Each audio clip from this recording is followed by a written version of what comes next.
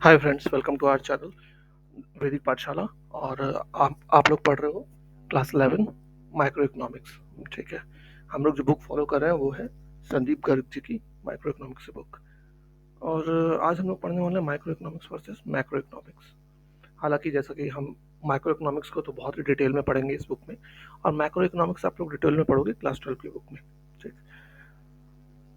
यहाँ पे हम लोग आज एक ब्रीफ सा डिफरेंशिएशन दोनों के बारे में जानेंगे कि क्या डिफरेंसेस है।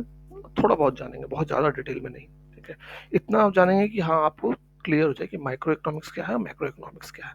इससे पहले हमने पढ़ा था पॉजिटिव इकोनॉमिक्स, नॉर्मेटिव इकोनॉमिक्स। इससे पहले वाला वीडियो अगर आपने नहीं देखा है तो प्लीज़ जाके हमारे प्लेलिस्ट पे चेक कर लें। ठीक है, चलो। माइक्रो इकोनॉमिक्स का दूसरा नाम प्राइस थ्योरी है। मैक्रो इकोनॉमिक्स का दूसरा नाम क्या है? Income theory, employment theory. ठीक, माइक्रो इकोनॉमिक्स के फाउंडर बोला जाता है कौन थे? Adam Smith. और जो ये टर्म है माइक्रो, ये एक ग्रीक वर्ड माइक्रोस से लिया गया है, जिसका मतलब होता है स्मॉल। ठीक है, और माइक्रो इकोनॉमी डील करती है आपकी, हमने जैसे कि पहले ही पढ़ा था कि इंडिविजुअल्स के बिहेवियर पे, है ना, या small units, small forms, small individual units जो भी होती हैं, जैसे शॉप्स हुई, है ना, या फिर आपकी छोटी मोटी मार्केट हुई, वहाँ के बारे में हम पढ़ते हैं। लार्ज बड़े लेवल पे नहीं पढ़ते। ठीक, माइक्रो इकोनॉमिक्स की डेफिनेशन अगर हम देखें, micro economics is that part of the economic theory which studies behaviour of individual units of economy. यहाँ पे हम इंडिविजुअल्स के बिहेवियर को स्टडी करते हैं। एग्जाम्पल, इंडिविजुअल की इनकम, इंडिविजुअल आउटपुट कितना दे रहा है ना, प्राइस ऑफ अ कमोडिटी। तो ये सब चीज़ें हम पढ़ते हैं छोटे लेवल पे। इसके मेन टूल्स कौन कौन से हैं? डिमांड एंड सप्लाई, ये आपको याद रखना है। टूल्स कौन से हैं माइक्रो इकोनॉमिक्स के? Demand and supply. Main focus बहुत डिटेल में पढ़ेंगे डिमांड एंड सप्लाई हम। मतलब मेजर जो आपका ये बुक है उसमें हम डिमांड एंड सप्लाई के बारे में ही पढ़ेंगे मेजरली। ठीक है, जो इसके टूल्स हैं। ऐसे ही मैक्रो इकोनॉमिक्स, माइक्रो इकोनॉमिक्स में मैक्रो वर्ड है, वो भी ग्रीक वर्ड है। मैक्रोस मतलब होता था, मैक्रोस मतलब होता था नहीं, होता है लार्ज। ठीक, अब मैक्रो इकोनॉमिक्स में हम क्या डील करते हैं? हम लोग यहाँ पढ़ते हैं ओवरऑल इकोनॉमी के बारे में, है ना। इकोनॉमी किस तरीके से परफॉर्म कर रही है, क्या क्या पढ़ते हैं इकोनॉमी के बारे में, ओवरऑल इकोनॉमी के बारे में। इन्फ्लेशन कैसा है, अनएम्प्लॉयमेंट, पॉवर्टी, ये सब चीज़ें हम पढ़ेंगे मैक्रो इकोनॉमिक्स में। और डेफिनेशन अगर हम देखें बुक के हिसाब से क्या है, तो macroeconomics is that part of the economic theory which studies behaviour of aggregate of the economy as a whole. Aggregate आप याद रखो कि टोटल, है ना, एक तरीके से टोटल का आप याद रखो। तो हम मैक्रो इकोनॉमिक्स में क्या पढ़ रहे हैं? Behaviour of economy as a whole, पूरे के पूरे देश की इकोनॉमी के बारे में पढ़ाई करते हैं, जिसमें, है ना, कहीं पे इंडिविजुअल के बारे में बात नहीं कर रहे हैं हम। एग्जाम्पल, मैक्रो इकोनॉमिक्स में हम क्या पढ़ेंगे? National income, aggregate output, aggregate consumption, ये सब चीजें पढ़ेंगे हम। हर चीज में एग्रीगेट होगा। एग्रीगेट मतलब टोटल, एक तरीके से आप समझ सकते हो। इसके टूल्स क्या है मैक्रो इकोनॉमिक्स के? जैसे उसका डिमांड और सप्लाई थे माइक्रो के, इसमें एग्रीगेट आगे लगा दो, एग्रीगेट डिमांड, एग्रीगेट सप्लाई। ठीक है, हाँ, जैसे कि मैंने आपको पहले बताया, मैक्रो इकोनॉमिक्स आप बहुत ज़्यादा डिटेल में पढ़ोगे क्लास 12 में। वो पूरी किताब ही है मैक्रो इकोनॉमिक्स की, वहाँ पूरा डिटेल में पढ़ोगे। ठीक है, अब देखो याद करने का तरीका कैसे है। माइक्रो में आई है, वहाँ से इंडिविजुअल्स के बारे में स्टडी करते हैं हम। मैक्रो में ए है, तो एग्रीगेट्स के बारे में स्टडी करते हैं हम। ठीक, एक डिफरेंस हमेशा आता है, आपका एग्जाम में भी आता है कि differentiate between macro, micro and macro, और फिर interdependence of micro and macro, कि एक दूसरे पे कैसे डिपेंडेंट है ये, माइक्रो मैक्रो पे या मैक्रो माइक्रो पे। ये भी क्वेश्चन आता है, तो उन दोनों को अभी देखते हैं। सबसे पहले माइक्रो इकोनॉमिक्स और मैक्रो इकोनॉमिक्स के बीच में डेफिनेशन, अगर मीनिंग देखें तो मीनिंग वाइज क्या है? माइक्रो इकोनॉमिक्स में हम इंडिविजुअल यूनिट्स का बिहेवियर को स्टडी करते हैं, है ना, और मैक्रो इकोनॉमिक्स में हम aggregates of the economy as a whole का हम स्टडी करते हैं। टूल्स क्या है इसके? डिमांड एंड सप्लाई, उसका टूल क्या है? Aggregate demand, aggregate supply. Objective क्या है पढ़ने का microeconomics? To determine the price of a commodity और फैक्टर्स ऑफ प्रोडक्शन। यहाँ पे हम क्यों पढ़ रहे हैं इतना इंडिविजुअल माइक्रो इकोनॉमिक्स? इंडिविजुअल्स का बिहेवियर क्यों देखना चाहते हैं? क्योंकि हम जानना चाहते हैं कि जो मार्केट में प्राइसेस है ना, जो कमोडिटी कोई आती है, तो वो बिकेगी नहीं बिकेगी, बिकेगी तो किस प्राइस पे बिकेगी, है ना, इकोनॉमी तभी तो चलेगी। तो उसी हिसाब से फिर जो प्रोडक्ट प्रोडक्शन करने वाले हैं उनको ये हेल्पफुल हो जाता है ये, है ना, कि आप क्या प्राइस रखो, किस तरीके से कंज्यूमर आप बिहेव करेगा, इस प्राइस को एक्सेप्ट करेगा नहीं करेगा, तो वो सारा आपको यहाँ से पता चल जाता है माइक्रो इकोनॉमिक्स की स्टडी से। ठीक। वहीं मैक्रो इकोनॉमिक्स की स्टडी में हम क्या डिटरमाइन करते हैं कि कंट्री की इनकम क्या है, एम्प्लॉयमेंट लेवल क्या है। इससे क्या होता है, हमें हमें पता चलता है कि हाँ, एक इंडिविजुअल कंट्री कितना स्ट्रांग है ना, वहाँ पे लोगों की लाइफ कैसी है। जितना बढ़िया उसकी इकोनॉमी होगी, एम्प्लॉयमेंट लेवल हाई होगा, वहाँ के लोग उतने ही ज़्यादा खुशहाल होंगे, है ना। तो ये दिखता है हमें मैक्रो इकोनॉमिक्स के स्टडी से। और वहाँ फिर हम अगर जब हम स्टडी करेंगे ये सब चीज़ों को, तभी तो हम प्रॉब्लम्स को फेस देखेंगे कि हाँ, जो प्रॉब्लम्स हैं हमारे देश में, तो उनको कैसे रेक्टिफाई किया जाए। अगर आप प्रॉब्लम ही आइडेंटिफाई नहीं करोगे तो आप रेक्टिफाई कैसे करोगे। ठीक है। डिग्री ऑफ एग्रीगेशन, अब देखो यहाँ पे माइक्रो इकोनॉमिक्स में लिमिटेड डिग्री ऑफ एग्रीगेशन होता है। यहाँ पे आप क्या करते हो, स्मॉल मार्केट डिमांड आप देखते हो, है ना। आप देखते हो मार्केट की जो डिमांड है वो कैसे आप निकालते हो, वो निकाली जाती है कि इंडिविजुअल्स की डिमांड कितनी है उस पर्टिकुलर मार्केट में, है ना। अगर मान लो यहाँ पे कोई मोबाइल बेचने का शोरूम खोलता है, तो मार्केट की डिमांड कैसे पता चलेगी उसको, इंडिविजुअल्स की डिमांड से, है ना। वो देखेगा हाँ भाई, रोज कितने लोग आते हैं मेरे यहाँ खरीदने के लिए, एक इंडिविजुअल एक मोबाइल ले रहा है, दो मोबाइल ले रहा है, तो डिपेंड करता है इंडिविजुअल की डिमांड पे ना, मार्केट डिमांड भी। ठीक है। तो यहाँ पे हम इसीलिए इंडिविजुअल को बिहेवियर को फोकस करते हैं माइक्रो इकोनॉमिक्स में। मैक्रो इकोनॉमिक्स में क्या करते हैं हम, हाईएस्ट डिग्री ऑफ एग्रीगेशन करते हैं। क्यों? क्योंकि यहाँ पे हम इंडिविजुअल्स से हमें कोई लेना देना नहीं है ना, इंडिविजुअल कितना, हालांकि इंटरडिपेंडेंट है, अभी आप पढ़ोगे भी आगे में, इंटरडिपेंडेंट है। हम सिर्फ मार्केट इकोनॉमी देखते हैं। ठीक है। फॉर एग्जाम्पल, जब आप इंडिया के इकोनॉमी के बारे में बात कर रहे हो, तो आप क्या देखोगे कि हाँ भाई, इंडिया में कितना मोबाइल प्रोडक्ट डिमांड है ना, मोबाइल की कितनी डिमांड है एज अ होल। आप ये नहीं देखोगे कि हाँ भाई, मुंबई में कितनी डिमांड है, दिल्ली में कितनी डिमांड है। आप ऐसे नहीं देख रहे हो, ओवरऑल देख रहे हो।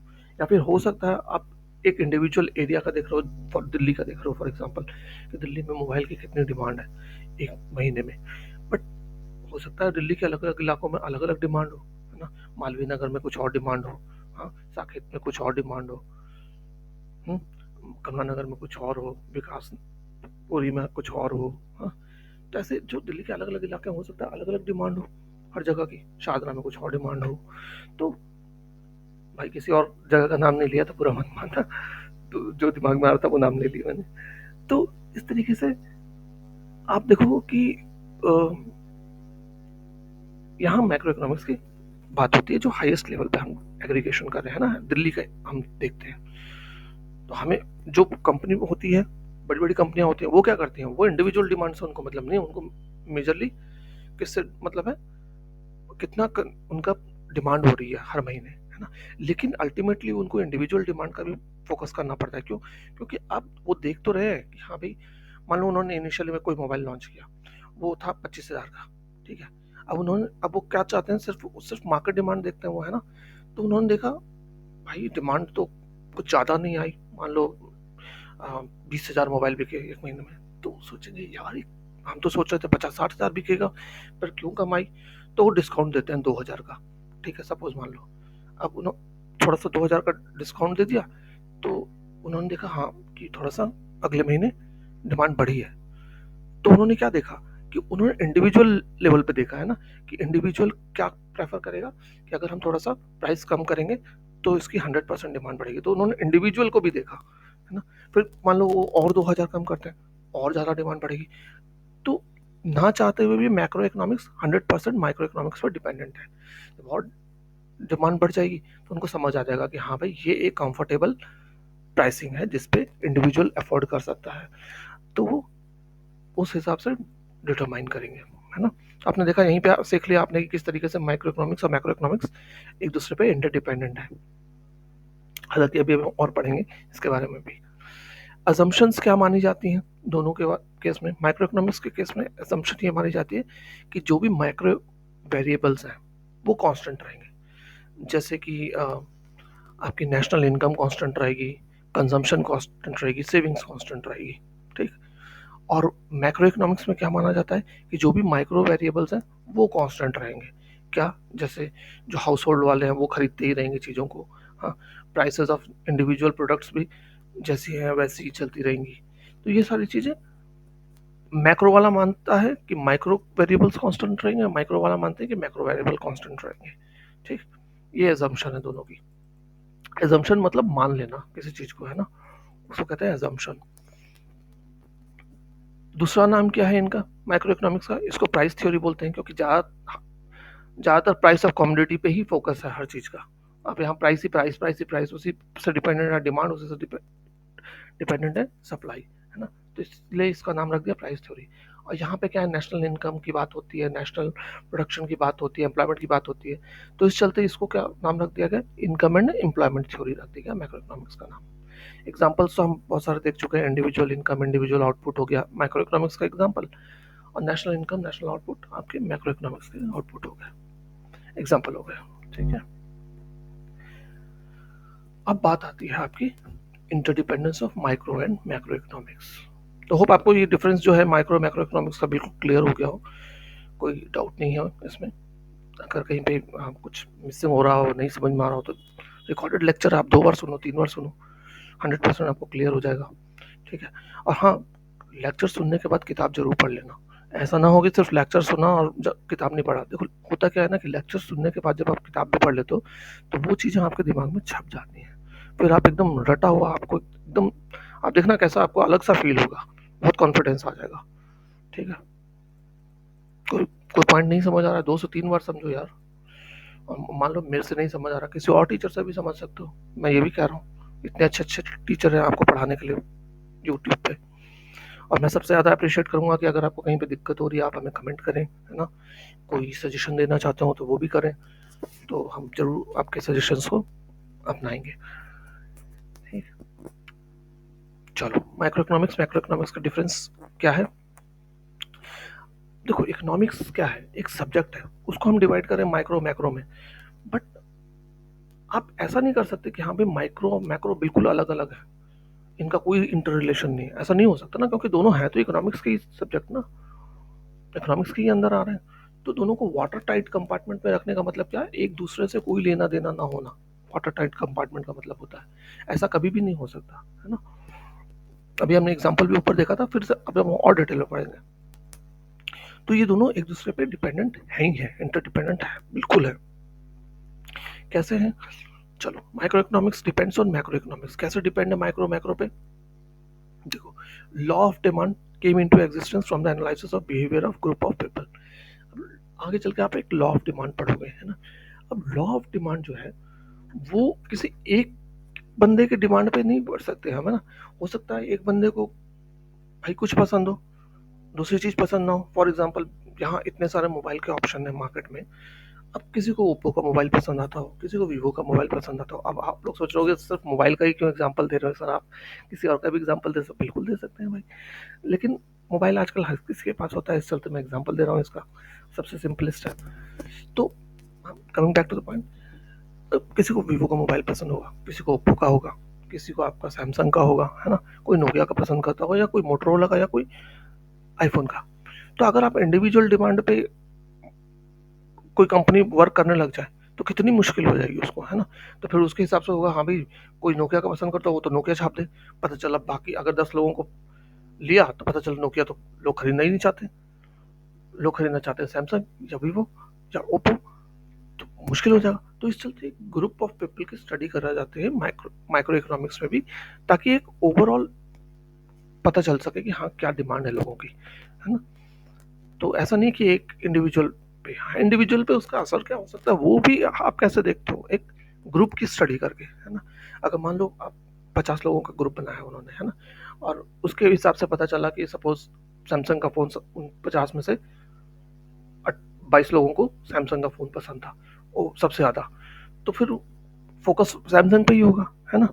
और अब लेकिन फिर सेकंड में आया ऑप्शन, प्राइसिंग की बात उठी, तो फिर लोगों को पसंद आ गया जी, पता चला कि वीवो का फ़ोन सस्ता है, तो लोग वो प्रेफर करना पसंद करते हैं।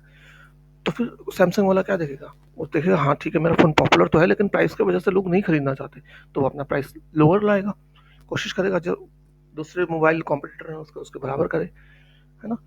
जिस तरीके से law of demand individual micro economics में हम इंडिविजुअल्स के बिहेवियर को स्टडी जरूर करते हैं, लेकिन उसमें भी थोड़ा बहुत एग्रीगेशन करते हैं, लिमिटेड एग्रीगेशन हमने पढ़ा था ना। ये देखो यहाँ पे डिफरेंस में भी लिखा हुआ है, ये देखो degree of aggregation, limited degree of aggregation होता है, ऐसा नहीं कि बिल्कुल ही एग्रीगेशन नहीं होता, लिमिटेड डिग्री ऑफ एग्रीगेशन हम कर रहे हैं, ठीक है। फिर दूसरा, price of a commodity is influenced by general price level prevailing in the economy. इसका मतलब कैसे समझ सकते हैं हम? देखो, कोई भी प्राइस ऑफ अ कमोडिटी है वो कैसे डिपेंड करती है मैक्रो इकोनॉमिक्स में। मैक्रो में क्या है, गवर्नमेंट अगर मान लो किसी चीज का टैक्स बढ़ा देती है ना, वो तो मैक्रो इकोनॉमिक्स के अंडर आ गया, टैक्सेस वगैरह। तो अगर मान लो वो बढ़ा देते हैं टैक्स, तो डायरेक्टली आपके प्राइस ऑफ कमोडिटी बढ़ जाएगी, है ना। कोई भी कमोडिटी का प्राइस इमीडिएट बढ़ जाएगा अगर टैक्स बढ़ गया है तो इस तरीके से मैक्रो इकोनॉमिक्स डायरेक्टली इन्फ्लुएंस कर रहा है माइक्रो इकोनॉमिक्स की चीज को, है ना। अगर प्राइस किसी चीज की बढ़ेगी या फिर अगर मान लो टैक्स कम कर दिया तो प्राइस घट जाएगी, तो यहाँ पे प्राइस घटेगी या बढ़ेगी तो जो इंडिविजुअल है वो या तो डिमांड को बढ़ाएगा या तो डिमांड को घटाएगा, वो माइक्रो इकोनॉमिक्स हो गया। तो इस तरीके से माइक्रो इकोनॉमिक्स को डायरेक्टली इन्फ्लुएंस कर रहा है, ठीक है। आप चलो पढ़ते हैं, macro economics depends on micro economics. अब माइक्रो इकोनॉमिक्स पे कैसे डिपेंडेंट है? National income of a country is nothing but sum total of individual units of the country. अब नेशनल इनकम का क्या मतलब है? हम कहते हैं नेशनल इनकम इंडिया की इतनी है, तो उसका मतलब क्या है भाई? उसका मतलब ये है कि हम हर इंडिविजुअल की इनकम को जोड़ करके फिर बता रहे हैं, हाँ हमारी ये नेशनल इनकम है ना। अगर मान लो लोगों की इनकम कम होने चालू हो जाए तो डायरेक्टली नेशनल इनकम भी कम हो जाएगी, है कि नहीं। तो इस चलते माइक्रो इकोनॉमिक्स पर डायरेक्टली डिपेंडेंट है। दूसरा, aggregate demand depends upon the demand of individual house hold of the economy. अब जो डिमांड, मार्केट की डिमांड कब होती है? मार्केट की demand is equal to sum of individual demands, कि हर इंडिविजुअल कितना डिमांड कर रहा है। मान लो आप बिग बाजार जाते हो राशन लेने के लिए, हर महीने आप लेके आते हो राशन में, वहां से बहुत कुछ लेके आ रहे हो। मान लो आप 5,000 रुपए का राशन हर महीने लेके आ रहे हो, तो वो एग्रीगेट डिमांड देखते हैं, हाँ मेरे भाई 500 का कंज्यूमर है ना, और उनसे इतनी डिमांड होती है हर महीने और इतना पैसा मेरा जनरेट हो रहा है। मान लो लोग वहां पे जाना बंद कर दें, ठीक है, या अपना कटौती करने लग जाए महंगाई की वजह से। पहले महीने में मान लो, अभी तेल का रेट बड़ा महंगा हो रखा है आजकल, तो मान लो तेल लोग कम करना यूज करना चालू कर दें। पहले 2 किलो ले जाते थे, अब लोगों ने कम कर दिया खाना तेल थोड़ा, और 1 किलो यूज कर रहे हैं महीने का। तो एग्रीगेट डिमांड हर इंडिविजुअल अपना अपना कम कर रहा है, तो एग्रीगेट भी कम हो जाएगा, है ना, टोटल कम हो जाएगा। तो इस तरीके से मैक्रो डिमांड माइक्रो इकोनॉमिक्स पे डिपेंडेंट है। आप देखो, माइक्रो मैक्रो पैराडॉक्सेस। पैराडॉक्स मतलब कॉन्ट्राडिक्टरी, एक दूसरे का विपरीत होना, ठीक है, उल्टा होना। कैसे है? अब बड़ा अच्छा एग्जांपल आपके बुक में दे रखा है। An act which is beneficial for an individual may prove harmful for the economy as a whole. हो सकता है कोई एक चीज जो इंडिविजुअल के लिए बहुत अच्छी है, हो सकता है इकोनॉमी के लिए बहुत बुरी हो। तो सर ऐसा कैसे? मैं आपको एक छोटा सा बड़ा सा सिंपल सा एग्जांपल देता हूँ। अगर मान लो आपको वैसे 2-3 एग्जांपल हो सकते हैं, मैं पेट्रोल का ले लेता हूँ एग्जांपल, है ना। मान लो पेट्रोल पे गवर्नमेंट सब्सिडी अभी आपको देती है ना, कई बार सब्सिडी कम कर देती है गवर्नमेंट। अब मान लो अभी पेट्रोल 100 रुपए का है ओवरऑल, कहीं पे ज़्यादा है कहीं पे कम है, मैं एवरेज पकड़ ले रहा हूँ 100 रुपए का। मान लो गवर्नमेंट ने डिसाइड किया कि चलो हम आपको राहत देते हैं और कम कर देते हैं इसमें पेट्रोल पे खर्चा, 20 रुपए कम कर देते हैं टैक्स आपका।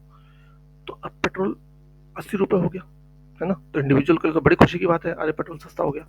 लेकिन अगर आप एज ए इकोनॉमी देखो, है ना, तो 20 रुपए 1 लीटर पे गवर्नमेंट का खर्च घाटा होना चालू हो गया।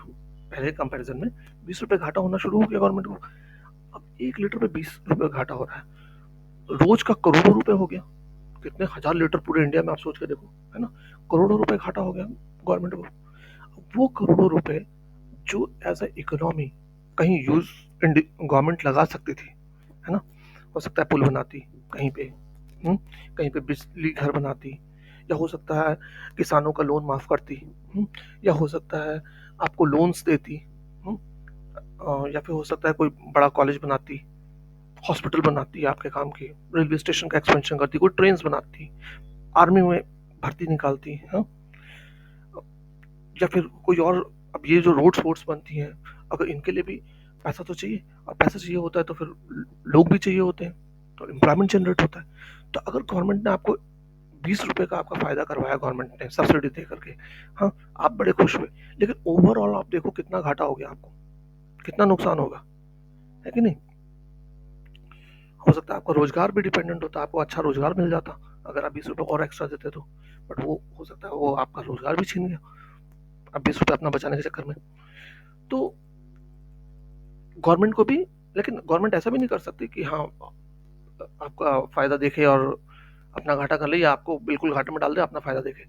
तो एक बैलेंस बना के चलना पड़ता है, क्योंकि हमारा कॉन्स्टिट्यूशन भी कहता है कि हाँ हमें जो है सबसे पहले लोगों का भला देखना है। देश का तरक्की इम्पोर्टेंट है, लेकिन लोगों की भलाई की कॉस्ट पे नहीं तरक्की कर जा सकती। ऐसा नहीं हो कि किसी का घर तोड़ दो आप और कहो जी हम तो भाई रोड एक्सपेंशन कर रहे हैं, तो आप पहले उसके बारे में भी सोचो, क्या रोड का एक्सपेंशन करना इतना ज़्यादा ज़रूरी है कि हाँ भाई उसका घर तोड़ना ही ज़रूरी हो जाएगा? अगर ज़रूरी है भी तो उसको प्रॉपरली रिहेबिलिटेट करो, है ना, उसको अच्छे जगह पे मकान बना के दो। तोड़ने से पहले मकान बना लो, आपको तो पहले ही पता है हाँ भाई तोड़ना है, और आपके पास तो इतना इंफ्रास्ट्रक्चर है, गवर्नमेंट के पास तो इतना सारा मशीनरी है कि एक दिन में घर बना के दे दे। एक महीना तो छोड़ो, एक दिन में बना के दे दे गवर्नमेंट चाहे तो, उनके पास इतना पैसा है। खैर घर एक दिन में तो नहीं बन सकता, हाँ दीवारें वगैरह तो बन ही सकती हैं, बट उसको पानी वानी तराई वराई करना पड़ता है, एक महीना लग जाता है। तो जितना जल्दी हो सकता है तो कर ही सकती है। बट ठीक है छोड़ो, हम पॉलिटिक्स पे नहीं जा रहे हैं, हम अपने लिमिटेड कर रहे हैं, पढ़ाई के बारे में बात कर रहे हैं। ठीक है, तो इस तरीके से हमने देखा माइक्रो मैक्रो का पैराडॉक्सेस। अब विच इज इंपॉर्टेंट, क्वेश्चन उठ जाएगा कौन सा ज्यादा important, sir micro economics important है या मैक्रो इकोनॉमिक्स इंपॉर्टेंट है ज्यादा? डिपेंड करता है भाई कि आप किस तरीके से देख रहे हो, कौन सी अप्रोच ले रहे हो, लेकिन दोनों में से कोई भी इंपॉर्टेंट ज्यादा नहीं हो सकता। क्यों? क्योंकि देखो दोनों की दोनों वाटर टाइट कंपार्टमेंट में नहीं है, दोनों एक दूसरे पर डिपेंडेंट है। सबसे पहले तो आप कह ही नहीं सकते कि माइक्रो इंपॉर्टेंट है या मैक्रो इंपॉर्टेंट है, क्योंकि दोनों एक दूसरे पर डिपेंडेंट है ना। तो दोनों ही जो अप्रोच है एक दूसरे की सप्लीमेंट्री है ना। एक दूसरे की सप्लीमेंट्री मतलब ये इस पर डिपेंड है, वो उस पर डिपेंडेंट है। ठीक, तो कोई क्लेम नहीं कर सकता मैक्रो इकोनॉमिक्स ज़्यादा इंपॉर्टेंट है या माइक्रो इकोनॉमिक्स ज़्यादा इंपॉर्टेंट, दोनों एक इंपॉर्टेंट है। अच्छा, जब हम माइक्रो पढ़ ही रहे थे, इंडिविजुअल्स की पूरे पढ़ ही रहे थे, तो मैक्रो की इंपॉर्टेंस क्या आई? देखो माइक्रो की आप पढ़ रहे थे, लेकिन आप क्या पढ़ रहे थे? माइक्रो लिमिटेड एग्रीगेट्स के बारे में पढ़ रहे थे, आप अपने इलाके के मार्केट के बारे में पढ़ रहे थे, है ना। बट उससे दूसरी जगह का क्या असर पड़ रहा है? हुँ? दूसरे लोग जो आपके ही कंट्री में है, जो आपके ओवरऑल पूरा कंट्री है, उस पर क्या इफेक्ट पड़ रहा है आपकी मार्केट का, वो भी इम्पोर्टेंट था, है ना। तो इसी चलते मैक्रो इकोनॉमिक्स डेवलप की गई। हमें हेल्प करती है, मैक्रो इकोनॉमिक्स हेल्प करती है हमें ओवरऑल इकोनॉमिक सिस्टम को स्टडी करने में, और जो मैक्रो इकोनॉमिक पैराडॉक्सेस हैं या प्रॉब्लम्स हैं उनको सॉल्व करने में। ठीक है, तो होप ये आपको समझ आ गया हो अब कि मैक्रो माइक्रो में क्या डिफरेंस है, किस तरीके से वो एक दूसरे पे इंटर रिलेटेड है, हम क्या माइक्रो मैक्रो का पैराडॉक्सेस है, ये आपको समझ आ गया हो। आगे हम लोग पढ़ेंगे नेक्स्ट वीडियो में central problems of an economy. बहुत लंबा हो जाएगा लेक्चर, इस चलते मैं थोड़ा सा तोड़ तोड़ के बना रहा हूँ ताकि आप पे ज़्यादा जोर ना आए और आप आराम से इसको स्टडी कर सको। ठीक है, चैनल पर पहली बार आए हो तो लाइक और सब्सक्राइब करना नहीं भूलना, और अपने फ्रेंड्स को भी जरूर कमेंट करना अगर पसंद आए वीडियो तो। थैंक्स फॉर वॉचिंग, जय हिंद।